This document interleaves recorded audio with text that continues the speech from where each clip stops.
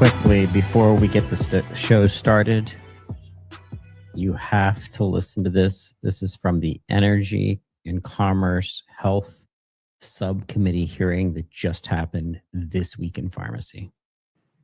Mr. Hoey, I want to thank you for the work that pharmacists do. When I think about my father who died when I was 23, he was always going into our local pharmacist, and who knew our family by name, who dispensed a drug temporarily if the insurance company hadn't filled it. And so I want to thank you for the work. You have also mentioned some of the problems and some of the concerns. One of them you talked about was horizontal and vertical consolidation. Most people watching today don't know what that means.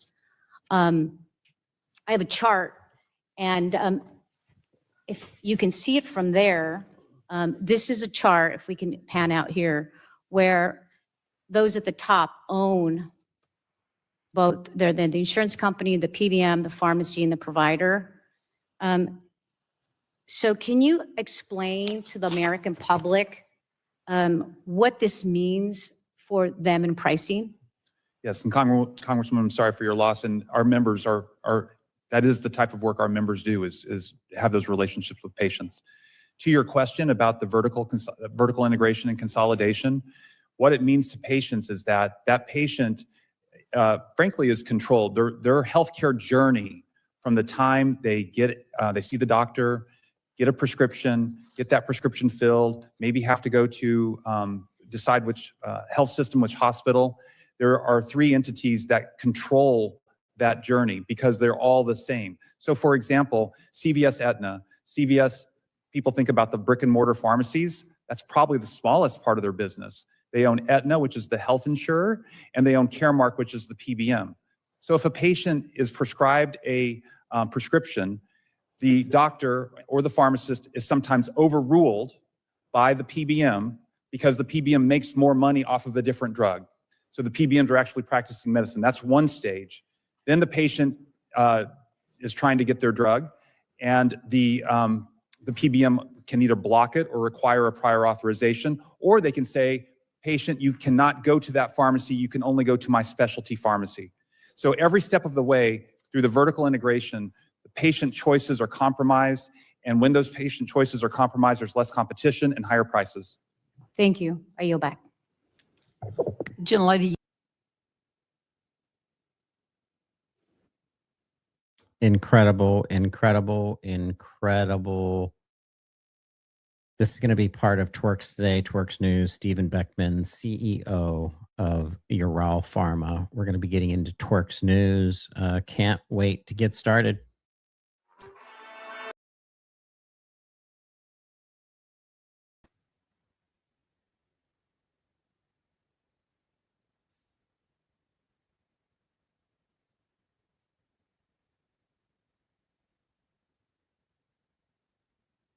And now, here's our host and founder of the Pharmacy Podcast Network, Todd. Hey there, hey there. Welcome to This Week in Pharmacy. TWIRx is the #1 weekly talk show about the profession of pharmacy. And now, here's our host and founder. I am here, Todd Uri, founder of the Pharmacy Podcast Network. It's so good to be here with you. This is TWIRx for February 13th, 2026. It's the day before Valentine's Day. I hope you're thinking about that. Regardless if you are in a relationship, it's a time to just show your love for somebody. Just reach out to someone you haven't talked to in a while, or send them a text, or say you just want to get together with them and get a slice of cheesecake, preferably vanilla bean cheesecake with the strawberries and strawberry drizzle. And that would be what I want. I got my roses here on the studio. These are fake, thank goodness. I have to put water in them, and we are twerksing for Valentine's Day. This is a good time to celebrate what's happening in our profession, but we do always start out with TWIRx News first. And today we have a co-host again that is not a stranger to TWIRx. Welcome back to the studio, Mr. Stephen Beckman. Hi, Todd. How are you? Good morning. Happy day before Valentine's Day, and I have to say that intro's got me hungry, given that I didn't have breakfast yet. That's what you got to make sure you stay fueled up. And we are, we're in the same area. Stephen and I live pretty close to each other, and you've been in the studio before, and it's going to jettison up to 50s and 60s coming up this week. And I'm welcoming it, but I'm not trusting it. I have trust issues with southwestern Pennsylvania weather at this time of year. I agree, but we'll take all the good positive vibes, because hopefully we'll start staying above freezing here now, which will be great for everybody. Absolutely. All right. Today's TWIRx is the Valentine's Day feature special. In this, we're titling this a pharmacy love story in celebration of Valentine's Day. We're welcoming two very special guests. We're going to have Dr. Mark and Dr. Gretchen Garofoli, both PharmDs, whose story has been very powerful. I think these are two extremely special people. They raised two children, their leadership network in the pharmacy associations, podcast hosting, professional advocacy, academic leadership at WVU School of Pharmacy. They both went to Pitt. I mean, you know this guy, Stephen, and I can't wait to hear this interview coming up. Yeah, Mark's a great guy. I haven't had the opportunity to meet his better half, but I'd have to think if he's a good guy, she's even better. Yep, two good people. All right, we're also going to be shifting gears over to Dr. Mark Fulton later up in the show. We're going to be doing Love Potion, a historical report from a pharmacist that digs into love potions. You ever use any love potions, Stephen? No, maybe a good cologne, but no specific love potion. But maybe I need to think about that a little bit more. I'll take all the help I can get. Listen, your background in the pharmaceutical industry, let's go find some researchers to refine the pheromone just for men's cologne, because women don't need to be any more attractive than they are, but men need help. And we could come up with a pheromone or something like that in our. Well, you're definitely correct. Men need all the help we can get. So that's something we might have to go talk. I'll go talk to our R&D guys and see if we could build off a separate area of development for the future of all mankind, or men. Exactly. We need it. All right. Our last segment is Innovation Spotlight. We love innovating technology and kind of drilling down into what's happening.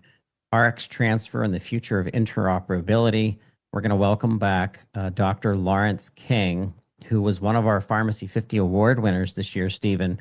He's the Vice President of Product Innovation at SureScripts, and that's up. Yeah, I remember that. What a great program that was. And it was great to be a part of that as your co-host. But I'll tell you, in the 3 years that you've done it, the growth of it, and I've had the opportunity to speak to some of the winners post that podcast, and it was they were excited. They were and appreciative.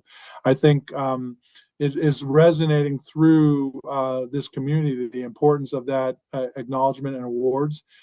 So keep up the great work with that, because it's only going to get bigger and bigger and better as we go forward. I can't wait. Hopefully be hosted next year when we double the numbers of entries and we see that program just take on a whole new life. Thank you so much for being part of it. And thank you. Shout out to Ural Pharma for being our premium sponsor, and what you guys did and the attention that you took was a big deal. So and to your social team shared it and really helped us reach a segment of the pharmaceutical industry that we weren't getting. And we got more votes because of that we're pulling in our MSLs and our pharma people. And I think that's a big deal.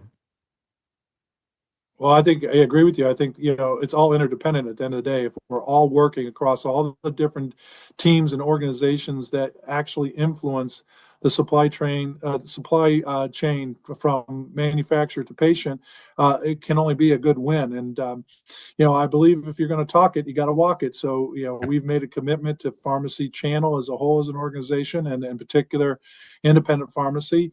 So this was an easy decision to make, to sponsor an event that is raising the profile and the discussion and discord. Well, we have TWIRx all the important people within the pharmacy delivery channel. We got TWIRx news coming up. So we are going to shift to some stories, Stephen. I'm glad you're here because I really want to hear what you have to say about this. It's time for TWIRx News.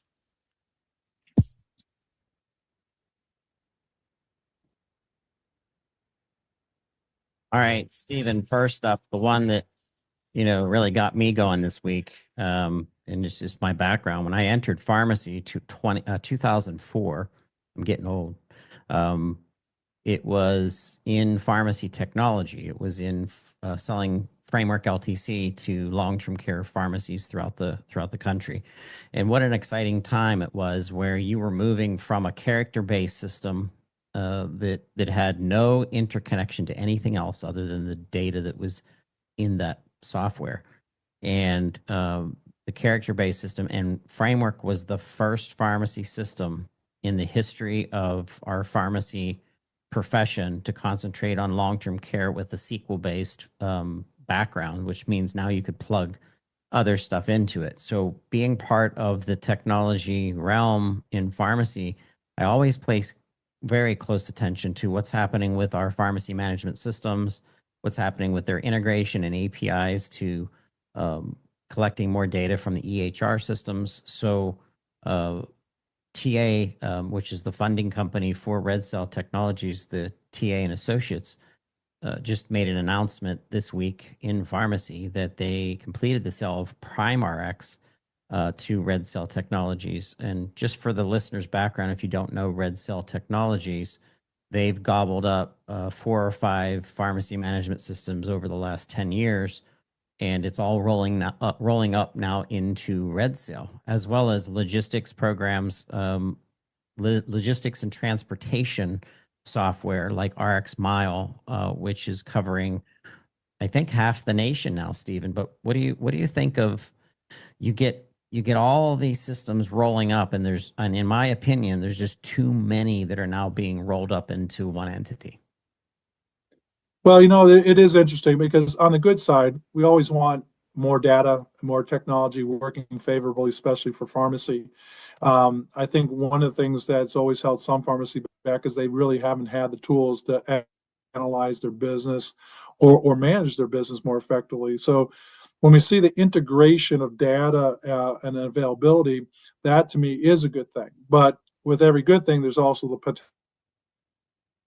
potential for some challenges, and the challenges is it being all consumed into one entity or organization. And I don't think anybody would argue that that's not always a good thing for many reasons. So I think we have to be very cautious about this and make sure it is creating the value that it really needs to deliver, right? And I think what it really needs to deliver is to create pharmacies to be more effective across the board in everything that they do. And ultimately that has to translate to the patient. So I think time will tell. I do see and hear your reservations a little bit. And I think that ultimately what we have to do is we have to enter this in an idea to make sure that the pharmacies is pushing back to make sure that this was working for them, not against them. Because otherwise, and there's other examples that we don't have to deliberate, but we know that when there's few suppliers, that causes certain challenges or influences that they have over their customers. And in this particular case, that would be the pharmacy. And we have to make sure that the pharmacy is working better. Mm-hmm. And in spirit, this concept of integrating data should, but it also, depending on how it's delivered, managed, and so forth, could take away some of that benefit if it's not done well. Yeah, and understanding PrimeRx, I know their team. I've worked with their team, definitely in their marketing department. I've interviewed Caden Mehta. He's the chief executive officer, the CEO of PrimeRx. If TA Associates, if Red Cell Technologies leaves Caden and his team in place, I could see a lot of good coming from this, in my opinion, because of the spirit of PrimeRx, led by Caden and his team, and how he empowers his team. Because I know, based on watching him talk with pharmacy owners, engage with pharmacy owners, listen and learn from pharmacy owners and operators, that not only do the customers trust him, but he in turn looks to the customer base to fuel what is the future of pharmacy management systems and technology, and where do we need to be competitive. So if that happens, if they leave that in place, and that's what I'm saying, I always see in these mergers, they take out some of the most key people. And an example of that is Mr. Jeff Key. Jeff Key was the CEO of oh goodness gracious. Well, while you're thinking about Yeah. that, I think your point is well taken. So look at, the good thing is the Pioneer. integration of information so that you, okay, Pioneer. there you got it. But I think the point that you're making is an important one. I mean, look at integration of data and being able to see it in an aggregate, is important, because then we can get a more clear or deeper picture or broader picture. But even within that content, there's specialty, expertise, Yes. in those different areas that you're integrating. So your point well taken. If you take that expertise out and assume that it can just be universal, managed universally across the board, that's where you're going to lose a lot of that value that you're speaking about. It's the sweet sauce. Exactly. It is. In Yep. organizations, the big organizations, billions, trillions of dollars, accessible, TA and Associates, huge organization. They are very, very good at getting the most profit out of their entities, because that's their jobs. They're to extract, and they want to do it in a way that is long term, as long as possible, so they can get the most out of their investment as they can. And those kinds of organizations, they squeeze the sauce, they squeeze the sweetness of why. You know what? There's an organization, Steve, and I'm not sure if you know this, PDS, Pharmacy Development Services, Dan Benamos. This guy invented the first marketing organization that helped independent community pharmacies, as well as extension of long-term care and other things, to market their services. And for 12 years, this organization thrived and had the biggest conference in all of pharmacy marketing ever, with the amount of attendees. And Dan Benamos, when he took stage, it was kind of like an industry star. He was just a star, but he was very sincere, and that's why people really loved him. Organization came in, big investment, because of how much money that this organization was pumping out through this conference, and they bought the company. And within 18 months, it was over. It shut down because the sweet sauce was extracted and pulled out. And that's what I'm talking about. Look at mergers. Yeah, well, business doesn't have to be that hard, right? In this particular case, objectives have to align, and internal business objectives of the organization, achieving the value proposition that they deliver down to their customer, has to have alignment. When that doesn't happen, as the example you just highlighted, things will happen. Yeah. So I think it's great that you're raising this particular event. I think it's it could be exciting. But ultimately, it comes down on execution, like most things in life. If you execute it right and objectives are aligned, and they don't lose the value proposition or the essence of what each of those components are bringing into something that could be more valuable if presented right, then let's keep our fingers crossed that's what happens. Exactly. Hey, good news. So we mentioned this on TWIRx last week. This news came out at the end of January, and it was nationally known that now Walmart is going to be boosting pay for pharmacy technicians, and they're also going to elevate their roles and responsibilities. This could be inventory specialists, or this could be marketing specialist, or account management, or patient organization. Logistics is becoming a big role in pharmacy technicians, where they're laying out delivery pathways with software. But Stephen, the reason why I'm bringing this back up for the second TWIRx in a row is because I see this as a ripple effect and a domino effect to the entire industry that will raise the opportunities for career pharmacy technicians, not technicians that are like, I just need a job and I used to work at Wendy's and now I want to work as a technician because it's a more professional environment, although techs in community pharmacies get beat up by the consumers. But anyway, I see this as a ripple effect for the entire profession to really center more attention and more investment in what techs can do. Well, I couldn't agree with you more. I mean, this is really, really good news. And I think there's a number of things that we can layer into this.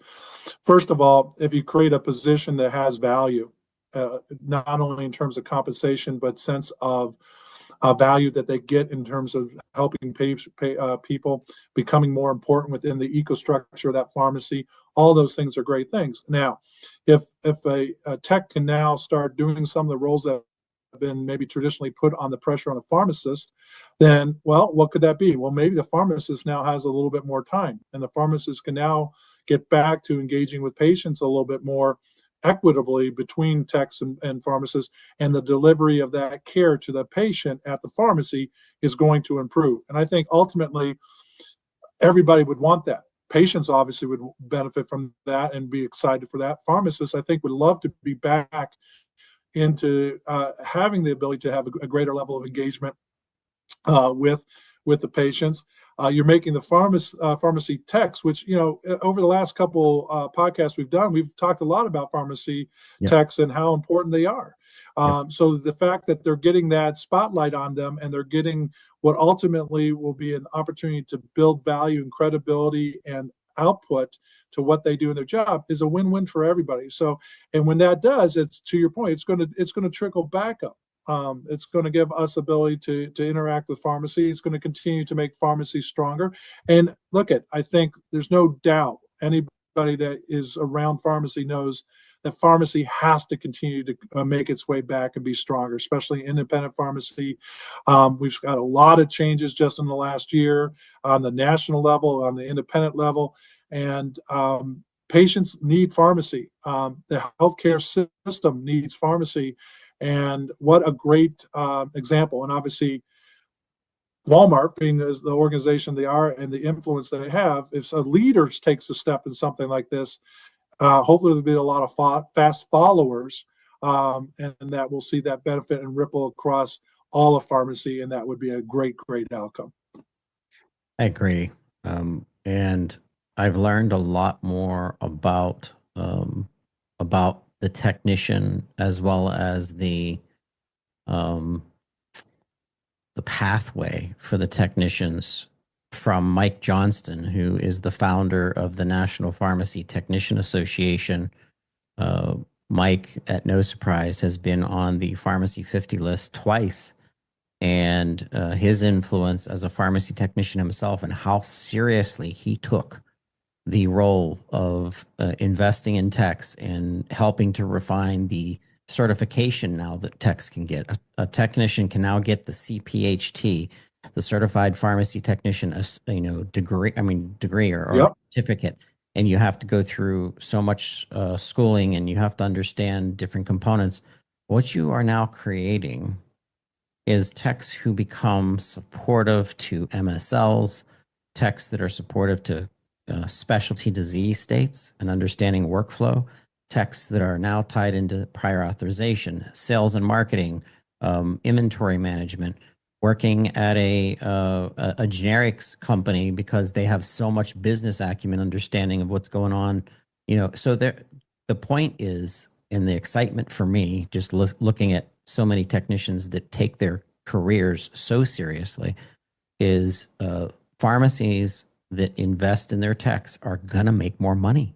And it's an opportunity to make more money for your business while empowering your tech to take this career and let them know they have every ability to do whatever they want to build business and build connection and build delivery systems of healthcare to their communities. Well, I think your point is really insightful from the standpoint, there's a couple things that are going to happen, right? If we go back to even to the Pharmacy 50 or some of the other podcasts we've done, one of the resounding messages that continues to come through is that pharmacy is going to continue to expand. When we say expand services. And the pharmacy tech is going to be a big part of those services that any individual pharmacy might or might not deploy within their community. So that's one. But the second thing that I think is exciting is that if you probably asked most pharmacy techs 5 years ago, 10 years ago, there wasn't a career path for pharmacy techs. You had a job, you fell right within the same bucket of what you did every day, but now within the pharmacy, it's going to grow, or even potentially grow outside. And I think one of the points you made is pretty interesting. How we recruit MSLs in the pharmaceutical industry has been fairly consistent, but now all of a sudden, when you think about building a MSL team for an organization and bringing somebody out through a pharmacy pathway versus maybe the traditional pathway, it's fantastic. So you really have the ability to see this as a great stepping stone to build within pharmacy or even to build outside of pharmacy. And wow, I mean, what kind of power and enthusiasm will that create for those high achievers that can see the possibility, to your point? And I think that's what's going to be really exciting. Practicing what you preach. It's what I do. I can't stand talking about something or saying that I'm going to do something and not being able to execute it. And because of how hyperactive I am, that's been a struggle because I want to do more. And sometimes you can only run so fast. But the NPTA has made investments into continuing education for pharmacy technicians. They're having a new continuing education webinar, and I really like this subject: preventing medication errors at discharge. My goodness gracious. But think of this. You have your pharmacist in your hospitals. They know the patient's discharging. They make all the decisions as they should. Now the products are handed over, packaging happens. Now you have technician training, one more layer of everything that the pharmacist assured. You have another layer of assurance by having our technicians help to prevent medication errors at discharge and the communication between the techs. Yeah, and the akin to this is that in many states now, and for the last 10 years, pharmaceutical sales representatives had to be certified now. Yes. And we're starting to see a lot more of that. It's not national yet, but it's something that's going to happen. So, certifying any individual that is delivering insight and management of healthcare to patients to make sure that they're qualified and we're eliminating any kind of errors or miscommunication or misinformation is a great thing. Yep. Sticking to the hospital system. So Todd, just a friendly reminder, my friend, I've got about 10 minutes left before I have to jump. I got my day job knocking at the door, so surely want to address any of the other topics on TWIRx. Otherwise, you're going to have to bring home the news on your own. I'll have to TWIRx without you. No, just quickly, I just want to shout out to the ASHP and their foresight highlights in financial, technological, and climate changes. This is a great report. We're going to have a link in the show notes to it. Take a look over at the importance of this information and research. And then this week in pharmacy, we know that the health subcommittee, lowering healthcare costs for all Americans, an examination of the prescription drug supply chain. This is pretty exciting that we're getting major attention. Well, this is big news. This is big news. We've been talking about our system in the U.S. and drug supply chain in the U.S. for decades. It started in back rooms or convention halls on in the hallway or at dinners, and I think everybody knows that there's need for improvement, need for some change, and that change is really important because ultimately it's to do what everybody talks of. I don't care what your political background is, who you are. The goal is to make healthcare accessible to patients in the U.S. And to do that better, we got to continue to examine the value chain of healthcare, not only prescription drugs and things like that, but the delivery of healthcare as a whole. And we got to make sure that it's working well throughout the system. That means from A to Z. That means from the front end of it to the back end, and the back end of it ultimately is the goal because that's the patient.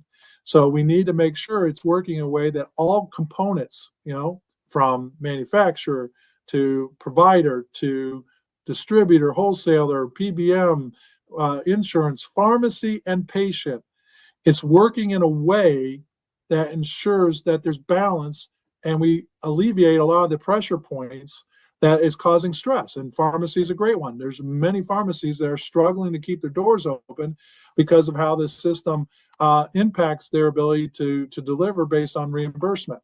And that is influenced by all those other factors that we talk about. And then ultimately, the patient suffers a little bit. The pharmacy can suffer a lot as well. And that's what we want to take away. We got to find a supply chain or supplies of healthcare that is going to be balanced in a way. And I think ultimately what you're seeing in this is that it's now going to be given a closer look, which I think is a good thing. It's not a bad thing. It's a good thing. Yeah. Because the good thing is that we'll find some areas. Not everything's going to be fixed. Right. And it might not, it's surely not going to happen tomorrow, but now the discussion is getting broader and people are finally understanding. They might not understand all the elements to it and where the real pain points are, but they know that there are pain points and there is the opportunity for improvement. And I think that's ultimately what we're going to see, whether it takes 1 year or 10 years. But if we're finally really starting to get momentum, then everybody's going to have to play a part. It doesn't make a difference, who you are. Everybody's going to have to play a part, and there's going to have to be some changes from manufacturers of drugs to the PBMs that basically drive how the pricing and with the payers, to how the wholesalers distribute product, and then how pharmacists can deliver and so forth. So I believe that evaluating what you're doing with the goal of making it better is never a bad thing, even if it causes some pain along the way. And that's what we should be doing. Absolutely. Yeah. And I really appreciate that insight, Stephen. If you haven't watched this and you're in healthcare, you're a pharmacist, a technician, someone in business, go to YouTube. I'll have a link in the show notes and just go scan through it and listen to Buddy Carter, listen to Doug Huey, pharmacist who runs the NCPA, the National Community Pharmacists Association. He's brilliant because now he can take all of the information that has been publicly put out there. Everybody knows what the truth is. It's black and white. And he helped kind of craft this in this subcommittee meeting. And this is going to really help to accelerate the way that pharmacists and pharmacy gets paid. Yeah. Yeah. Look at, it doesn't matter whether you're going to school or you're working for a living or any industry that we look at. We always want to try to find a way to make it better. Yeah. Better is a good thing. Better is a great thing when we're talking about patients. Yep. When I got into this industry, I had opportunities to work in flooring and beverage and other industries. And I picked this industry because my ultimate goal was to be involved in the industry that I could contribute something good to the world in some way. And in this particular case is I've been in the industry for over 30 years trying to help the outcome for patients. And whether you're a pharmacist, physician, manufacturer, insurer, whoever you are, hopefully ultimately at the end of the day, we don't lose sight of that our industry is predicated on making sure that we improve the quality of life of patients. And that's a good thing. And if we can do it better than we're doing today, then let's find those solutions. All right, Stephen Beckman, Ural, the CEO of Ural Pharma. Thanks for being with me and going through TWIRx news today. We really appreciate you. Have a good Hey, Todd, we appreciate you. What you're doing is special and important, and don't ever lose sight of that. Keep it going. The community understands and seeing this platform as a way to educate, motivate, and move things forward. And for that, you're doing a great job. So happy Valentine's to you. I know you have some people in your life that will be special, they'll get some attention, as will mine. And I agree with you. Everybody out there, please call an old friend. Don't forget your parents. Spend a little extra time with your kids if they'll let you. But just push out a little bit of love tomorrow and all weekend long, I think would be a good thing. Hey, we'll be right back with more TWIRx.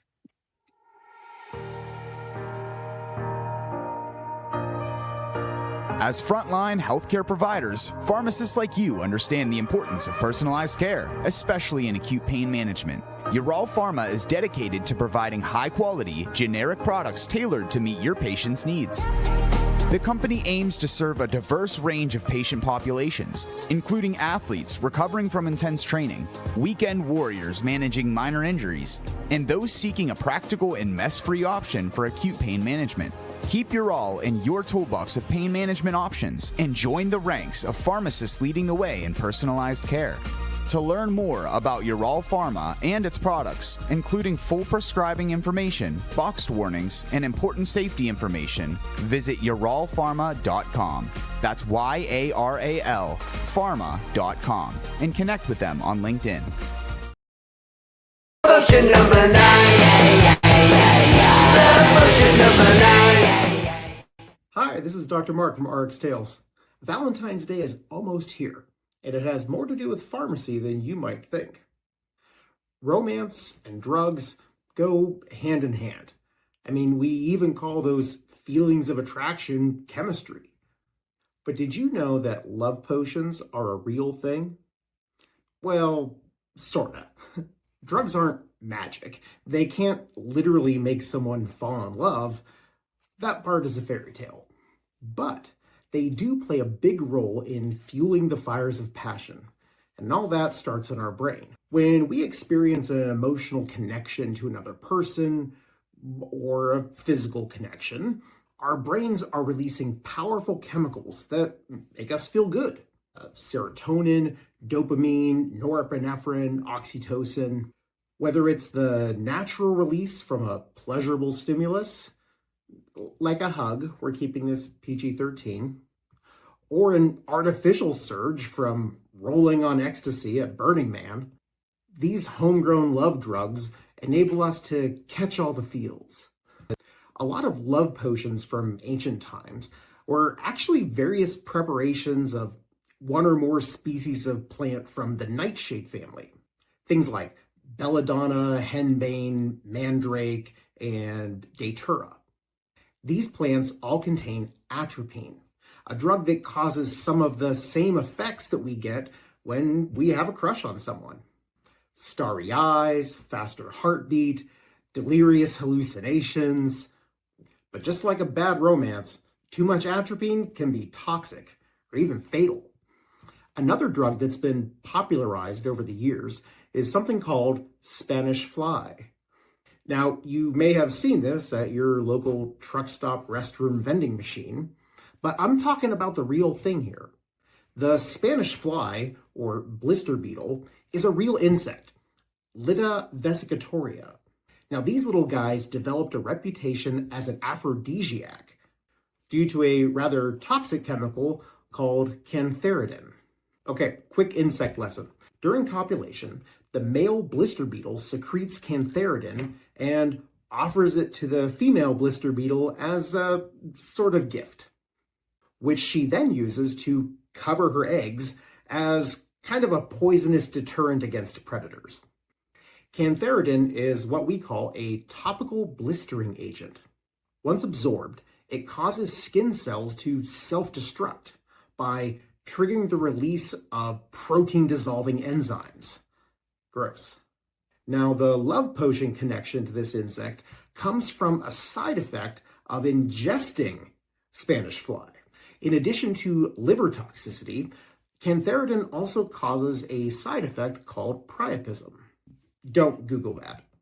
You ever see those Viagra or Cialis commercials?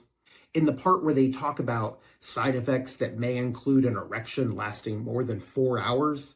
Yeah, well, that's called priapism. Chuckle all you want, but priapism is no joke. It's excruciatingly painful and requires a trip to the ER. No fun. Interestingly, cantharidin is actually FDA approved under the brand name Ycanth for treating a viral skin infection called molluscum contagiosum. So speaking of FDA-approved drugs, what's the closest thing we have to a modern-day love potion? Probably flibanserin and bremelanotide, Addyi and Valisi. Now, both of these drugs are used to increase libido in premenopausal women with hypoactive sexual desire disorder, or HSDD. Sorry, fellas, these drugs are just for the ladies. So Addy is a once daily tablet, and Vyleesi is a pre-activity subcutaneous injection. Chocolates and flowers are nice too. Well, my time's about up. Just remember, love is the most powerful drug of all. Hope you get to spend this Valentine's Day with someone special. For lots more pharmacy history content, head on over to rxtales.com or subscribe to RX Tales on YouTube, Spotify, or Apple Podcasts. Back to you, Todd.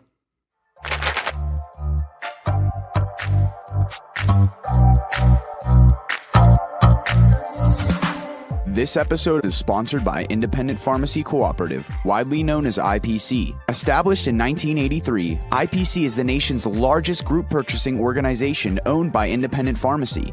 With a mission of maximizing the success of community pharmacists, IPC works to provide members with access to effective programs and services designed to enhance profitability for independent pharmacy. Read more about our mission by checking out our website at ipcrx.com. That's ipcrx.com.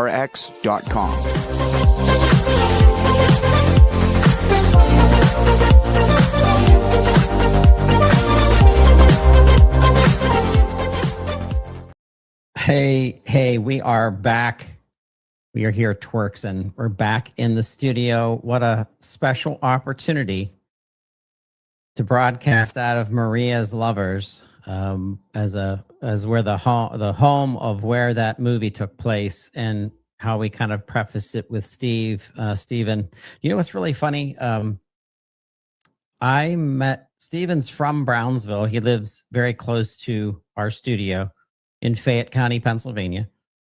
And he contacts me on LinkedIn. We connect. Mrs. Steve Beckman, he's the CEO of Ural Pharma. I cover the NACDS Total Store Expo 2022, or might have been 2021 or 22, one of those years.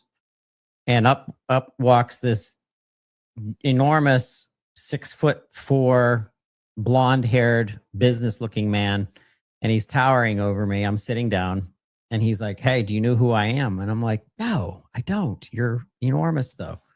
And so he's like, "Steve Beckman from Ural Pharma." And I'm like, "That's fantastic." I still didn't understand who that was. And he's like, "I'm from Fayette County. Like, I know where you broadcast out of. I'm from Brownsville, and I own Maria Lovers." And it was just like, that was wild. And then he's just been a part of the network and growing with the network ever since. There's another person that I'm bringing on special to this TWIRx episode. It's also tied into the network, the one and only, the Pain Guy, trademark Pain Guy. Mark Garofoli, welcome to TWIRx. Thank you, Todd Castor. Love the vibe with all the red.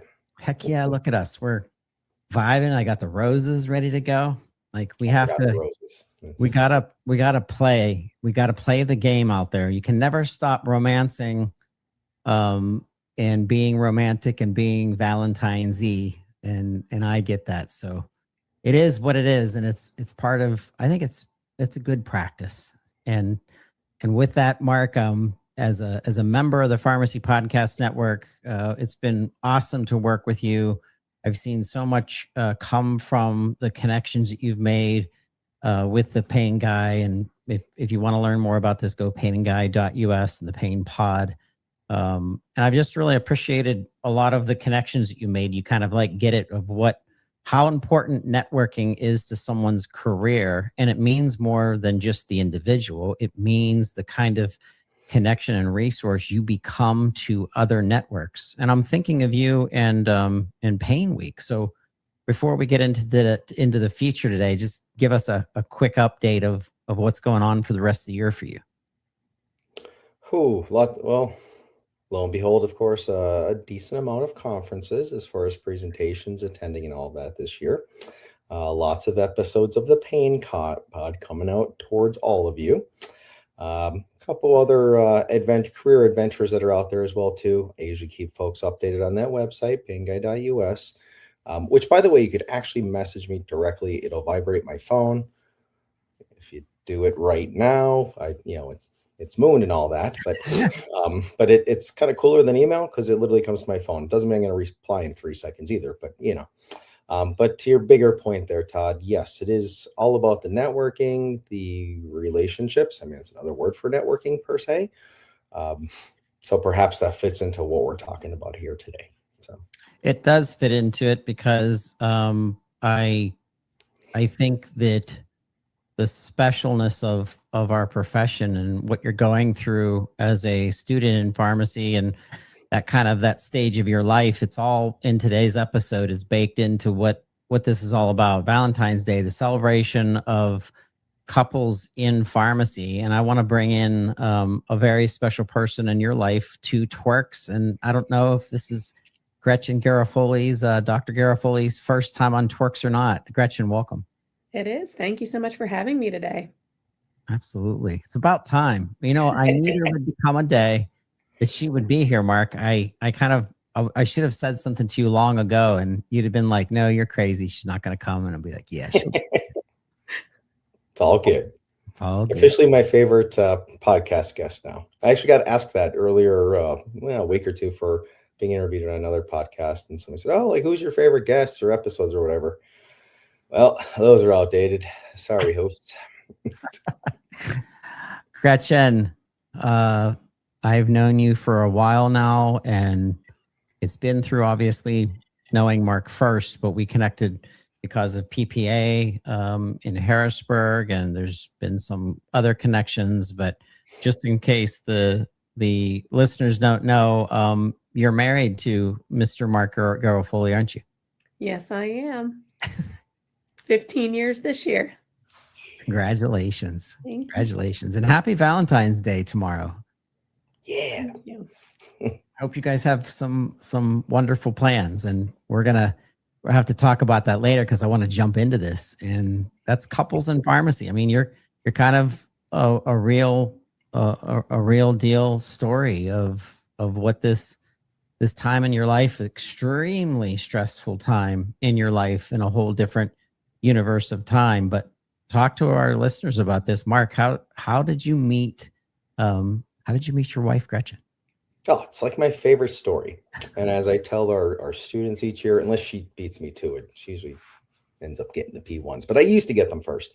But anyways, we, in my eyes, it was like straight out of Hollywood. You mentioned the filming in the building earlier or whatnot back in the 80s. But so we're both in Kappa Psi, professional pharmaceutical fraternity, co-ed, with many, many other brothers, 99 hands everywhere.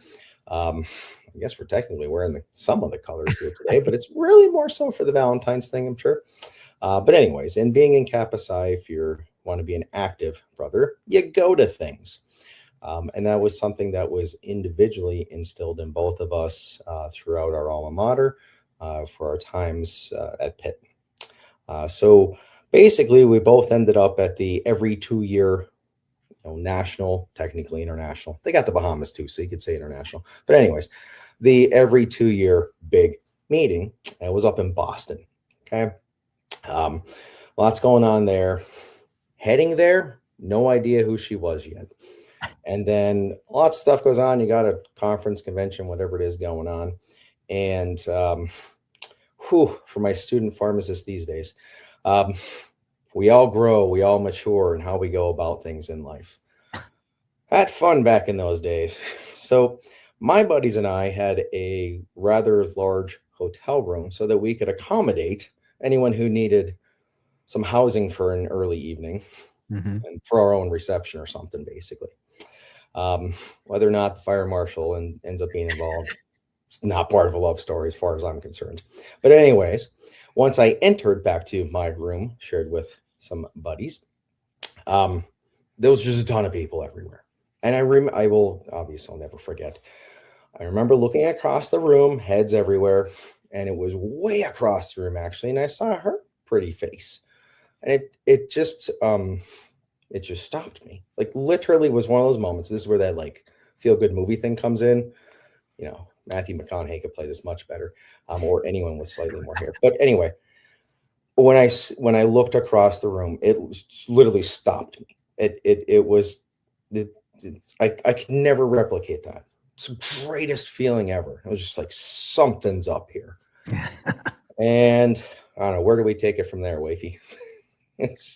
Yeah, I want to hear from Gretchen. I mean, so he's coming at it from this direction. You guys are like, the chances of meeting each other, the chances of falling in love, the chances of being together as it is today, the statistics are against you.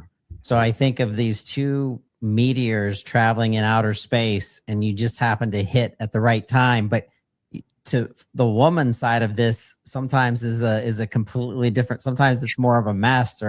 But Gretchen, what at that point of that coming into that event, and he makes eye contact with you, you make eye contact with him. Like, what's going through your mind? So it was kind of amazing that we hadn't met previously because we went to the same school of pharmacy. We're a couple years apart, so we weren't there at the same time. So it was kind of crazy that we ended up meeting for the first time in Boston. So yeah, he came in that room, and like he said, there were a lot of people there. I was spending time with a lot of my friends, and so that was the first time I actually met him. And even just how small the pharmacy world is. Mark's cousin and his wife were family friends of ours for a number of years. His cousin's wife was actually my dad's relief pharmacist. So I knew his family members for a long time before I ever met him. So we met for the first time in Boston, and then he kept coming around. We met at another meeting in Pittsburgh, and I was one of the few people he knew. His best friend was actually getting engaged that weekend. So I guess I was on Mark entertainment duty and introduced him to more of my friends. And then it just kind of went from there. So he came back, and then we started to officially date a few months later. All right. Some more background to this story. Gretchen, tell the short story about your father and mother and their connection to pharmacy as well. So yeah, I guess I was destined to marry a pharmacist. My parents are both pharmacists. They met in pharmacy school at the University of Pittsburgh School of Pharmacy. They were lab partners, so everything was alphabetical at that point in time. And my dad likes to say my mom stole his eyedropper and then stole his heart. So that's where they met, was pharmacy school. And so I guess I was just destined to marry a pharmacist. It's incredible. You guys are a bunch of nerds. I love it. Thanks, Our dinner great. conversations are super exciting, Todd. But listen, the nerds, I was a nerd, and the nerds make the best married couples because I think we appreciate more. I don't know, because I didn't get my whole upbringing and how many long-term, insignificant relationships I had as like a 8th grader, and how romantic I was of writing poetry. And so, you see other people and you kind of like want to hang out with them because you're like, you want that vibe because you have to set a vibe in marriage. Marriage is too freaking hard to not like try to set that vibe to flirt with each other and to be funny and not be so serious. But you guys, the reason why I'm bringing that up is I think of your life. I think of how many sleepless nights you've had. I think of you having to get up to get to school, Mark, and get on time. And then I think of Gretchen to get into the community pharmacy and all of the responsibility on your shoulders. And then freaking Mark is traveling all over who knows where in Las Vegas. And now all of a sudden it's like Gretchen needs to go speak somewhere, and she's going back to the school of pharmacy that she's from. And you guys are crazy busy. So how do you keep the romance, and how do you keep this fire burning between each other? Amen. I don't know, perhaps there's a bit of organized chaos there. Our school of pharmacy dean actually it was like a couple months ago, I think, started this thing where we would give like a this is me introduction to other faculty members, especially at different departments, to know what the heck people have going on. And my favorite slide out of that one was, here's what I did last year. And there was 12 conferences on there. And then her beautiful face popped up on there, and I'm like, I don't mean this for me. We have 2 young boys. Think about that. It didn't help that some of that tour included like the biggest party places ever. It was Austin, Nashville, New Orleans, and Vegas a couple times. Like, geez, great story for family. But It's fun. I don't know. What would you say, wifey? Do we have some intentionality where we just little bit too crazy with the calendar, but it works. Yeah, and I would say just having your network too. So my parents help with the kids a lot, so that's helpful when he's traveling. So yeah, I think it's just being organized, and we always confirm, okay, where are we going, what conferences, so that we know who's going to be out of town when, so that we don't double book ourselves out of town. We do conference together sometimes, so we go to the APHA annual meeting together. yeah. That's always one. And we try to go to the NCPA meeting together whenever schedules work out with that. That makes sense. And boy, if that's in a nice place, and if you could, imagine if your planets all aligned, where it's like Gretchen's a speaker, Mark's down in the podcast land, he has his sponsorship. Then all of a sudden we're getting together for dinner. Then all of a sudden it's like the next day, maybe relaxing at the pool, and maybe it's in Orlando or Los Angeles or something. But if you could think of like building a time together out of that, that would be wild. I thought you were gonna go one more level and say, "Oh, and then the kids are there for the rest of it." I'm like, yeah, we did that. Get them out of here. That was Sometimes they just need to get. Sometimes wonderful and madness all in one. They were in Orlando, so we have not taken the kids to another conference since then. Like Groundhog Day, you gotta go once. That's right. Well, all right. So the generations have drastically changed with dating, communications, falling in love, finding love, moving to the commitment level much faster than what our culture has taught them, that you are, I think they say maybe looking at someone, then you're talking to someone, and I've been so confused at listening to my kids and my godson with his dating nonsense to me. But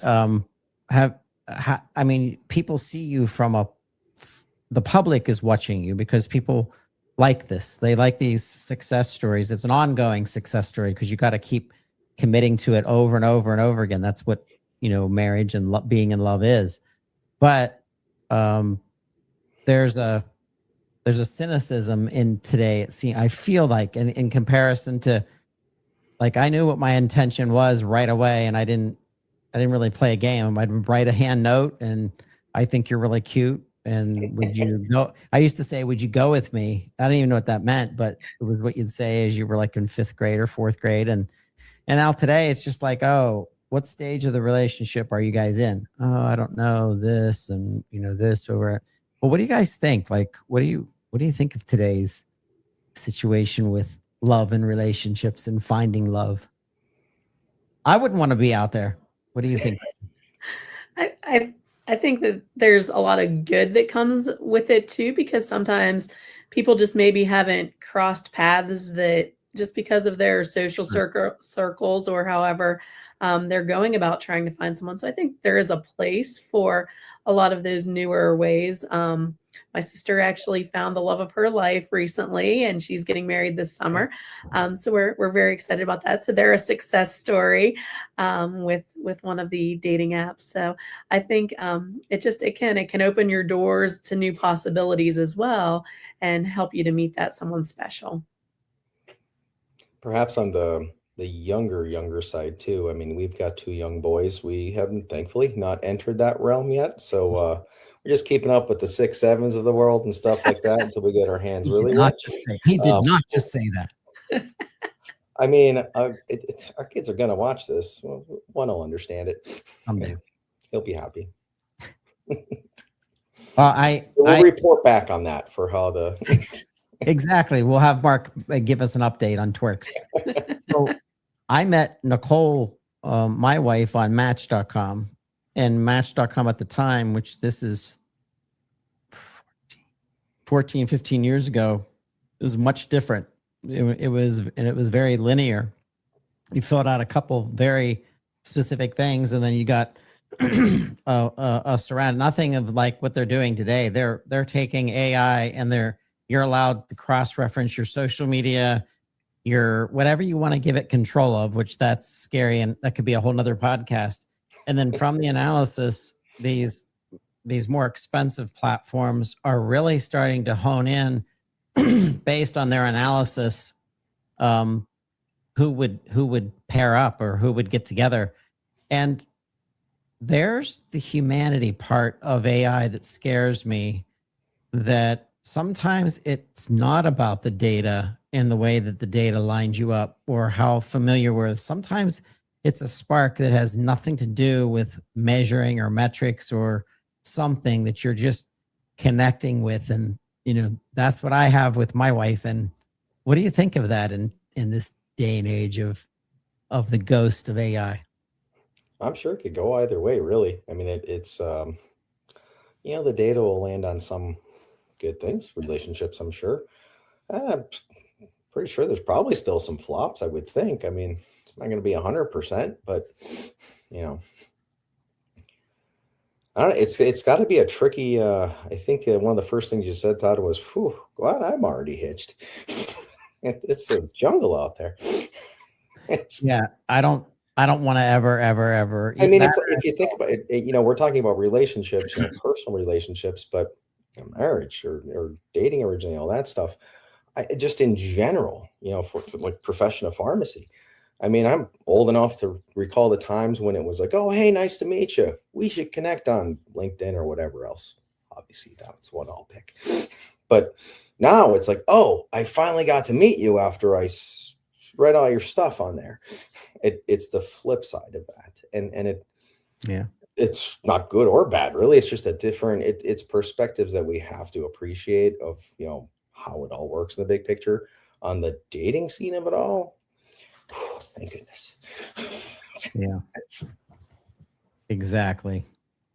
Yep. And there's so many memes I've seen that'll show a couple young boys jumping their BMX bike over 6 friends, and they would literally like try to make the jump, and the picture's halfway in the air, and it says, "Thank God we didn't have social media, when we were growing up."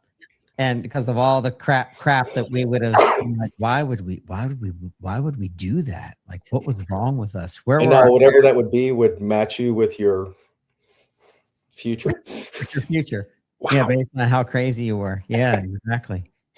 So you're definitely younger than me, but the Gen X realm of dating was so unique because it was the first to experience the online impact of dating, and how quickly back in the startup of online dating and through internet that it could be easily falsified and then that's why online dating initially got a punchline, more of a comedic negative connotation, was because the original dating apps were based 100% on what you said. So you could literally say anything on these dating apps, and there was no such thing as double checking any of that information. And now today, you could still be a jerk and lie your way through some stuff. But based on some of the new properties that are now tied into AI, as well as searching the internet for you, your pictures, your profiles, whatever you give up to that person, what I think it's doing in some ways, and I see good and bad, Mark, and is it's bringing us to the sincerity mark, or it's bringing us to the trust level if we can assure that the certain things that we want to give up and whatever privacy that you click off on, that you're saying to this person, "Hey, I'm not here to play games. Like I am looking for a forever person, and therefore I'm not looking to hook up right away. I'm not, this is not me trying to just find somebody to bang for the weekend. Like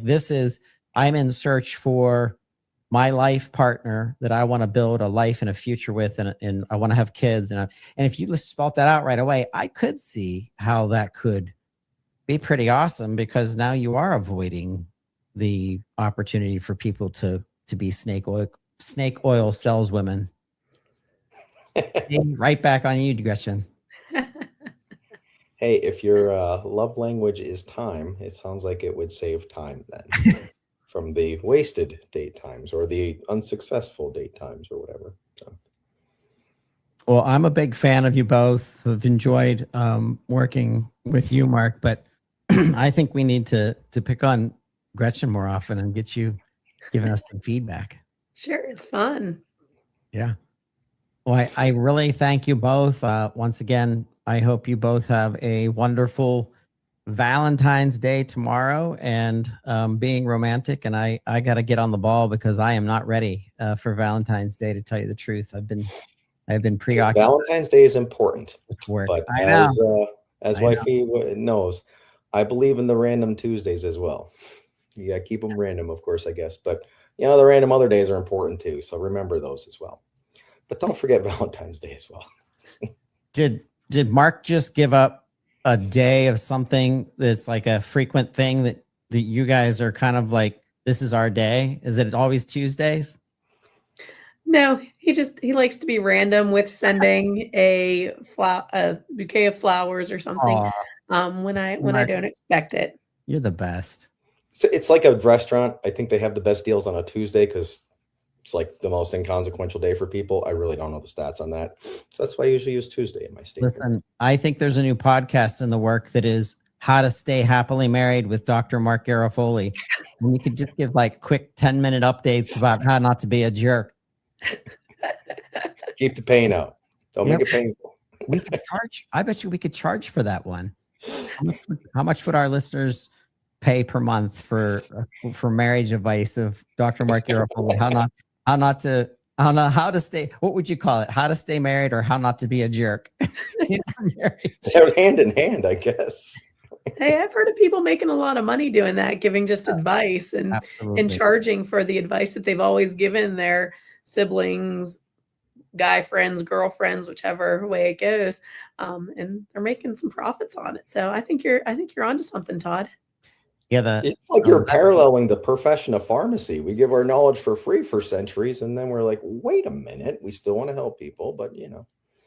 Absolutely. Yeah, and that's so funny, Mark, because, and Gretchen, what you just said is true. So there are a bucket of pharmacists out there on a global scale who are making $10,000, $50,000, $250,000 a year in content development that is coming from true knowledge of what they're talking about or what they're representing, or maybe they're doing it with comedy, or maybe they're doing it with, short little snippets. But to have influence and to be paid for that influence, to me, that's part of the future of what's going to happen to the role of the pharmacist, where you're going to pull away from the dispensing because technology can take care of that.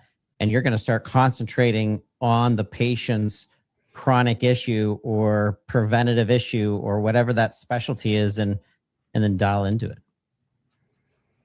This just circled right back to pharmacy. I love it. I couldn't help it. All right. That's enough of this today. This has the most diverse episode of TWIRx in the history of This has been the Garofoli's Valentine's Day special, and we were happy to have you. And we will be right back with more TWIRx. Feeling lost with the complexities of pharmacy accounting? In pharmacy today, there's so many different, variables and issues that impact the pharmacy books, records, accounting, the profitability of the store, so forth. There's different components of pharmacy that have its own nuances from an accounting standpoint. And so it's tricky. There's no doubt about it. Ready to take your pharmacy to the next level but don't know where to start? Sykes & Company is here to help. Introducing the RX Assessment. With the RX Assessment, the pharmacy CPAs and advisors at Sykes will do a deep dive into your accounting and tax situation and give you the action steps you need to take your pharmacy to the next level. If you're interested in, working with a team who understands the industry and how the accounting and tax should really be in a pharmacy, this is your chance to get a under the hood check of what's going on and getting the feedback of any issues or concerns, or again, things we think you're doing really well with. Get the financial checkup your pharmacy needs and head over to sykes-cpa.com or call 252-482-7644.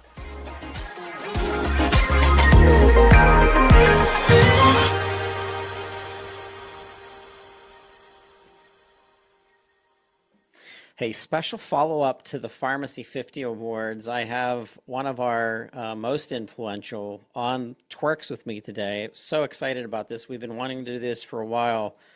Mr. Larry King, how are you? Wonderful, Todd. Thanks for having me. Introduce yourself just in case people aren't watching us on LinkedIn or watching live on YouTube streaming. But if they're just listening to the podcast, tell them, who you are and where your position is within the pharmacy ecosystem, and also what school of pharmacy, what college you went to, what university you went to. Yeah, thanks. So Larry King, I'm the Vice President of Product Innovation at SureScript. So my role entails e-prescribing, some of our benefit space and patient safety in the pharmacy eco space. So really, I've grown up in pharmacy, so did a long career in retail and then transitioned over into the healthcare technology space, which has been a really fun growth area for me to learn and expand my influence. But started college of pharmacy at St. John's, and so Queens guy, love St. John's basketball. That's been fun to watch, but living in Minneapolis now. Minneapolis. When I think of, so technology is how I entered pharmacy way back as the very first software system in the market that was for long-term care that was built on SQL was SoftWriters back in 2004, for goodness sakes. And it was so important to build out custom workflow and custom, accessing specific information. And that's where I really started from the one and only Shelley Spiro. She taught me about the truth behind the scenes of e-prescribing and what's happened to e-prescribing. You guys have been there from the beginning, like the emphasis or the infrastructure of what is, SureScripts today is you. I mean, you have that stories to tell, and that legacy to kind of build from. So, if you could nerd out for a second and think, if there's pharmacists listening and they want to move into technology and be driven more that way, what's the future of being a pharmacist look like in the realm of tech, in the realm of technology? Yeah, I think of, my early days, my pharmacy career, where 85-90% were paper prescription, and now that coin has really flipped to the exact opposite. And technology was an afterthought. And as I think of the world we're in now, it really is the core to doing our job, right? So as we think about how do we automate, how do we actually make those really difficult workflows simple so you're not wasting your time? And so for me, if technology is being written correctly and used correctly, you don't even hardly know what's happening. And it runs itself, and you have a clean prescription. You have that medication ready for your patient without having to intervene. And that's table stakes, Todd. As I really think about where we're heading as a profession, it's much more about how do we have the correct data to really inform our clinical decision making. And so it's the world of interoperability. It's the ability to have a patient's record and understand, where maybe in the past you had to guess. You were looking at a dose and a quantity. You said, well, it's got to be this diagnosis. And what a disadvantage you are as a clinician to have to be that far back. And so as I kind of think of the world as a technologist, as a pharmacist, it's that enablement. And it's the surfacing of key insights at the right time.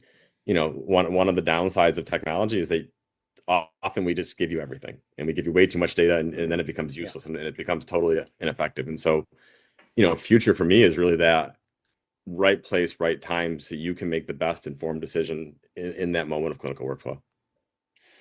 I think you hit it, and I think the word here is niche. I think it's hey, I'm a pharmacist that is working in pediatrics. I'm looking for specific data on this specific case with this specific drug and this specific situation, neonatal, drill down to see what happened in so many other cases throughout, the years of these same instances, and having a powerhouse organization kind of behind the scenes that has access to that data. The data now, we kept saying that word when I was in telecommunications back in the day, when I was in telecom, before the internet.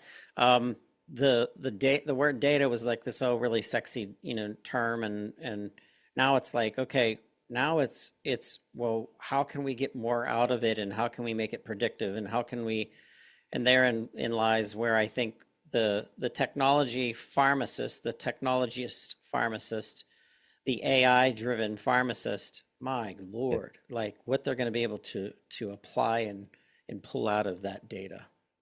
It's no longer optional, right? As you think about how you position your career and how you make yourself a pharmacist who's going to be equipped to handle the level of decision making, it to me it's absolutely required. Yeah, it really is. It gives hope to some of the pharmacists that are at that P2, P3, P4 stage of their pharmacy student lives who might be listening right now, and you're saying, wow, the pharmacy industry in some ways seems to be in a lot of disarray, and it's true that it really is.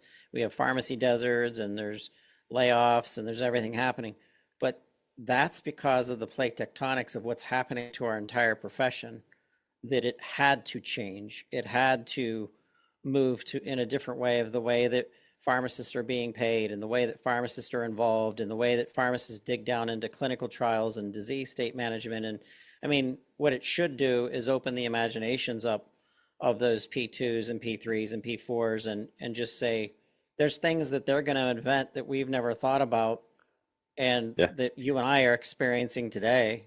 E-prescribing, when you first said that, I'm old enough to remember, I thought that was still, I would laugh and be like, yeah, it's nice how it was described in a way it was like envisioned, but we had to have people with those visions 20 years ago in order to get it as refined and prepared for what's about to happen with regards to, once again, trusting organizations to control AI.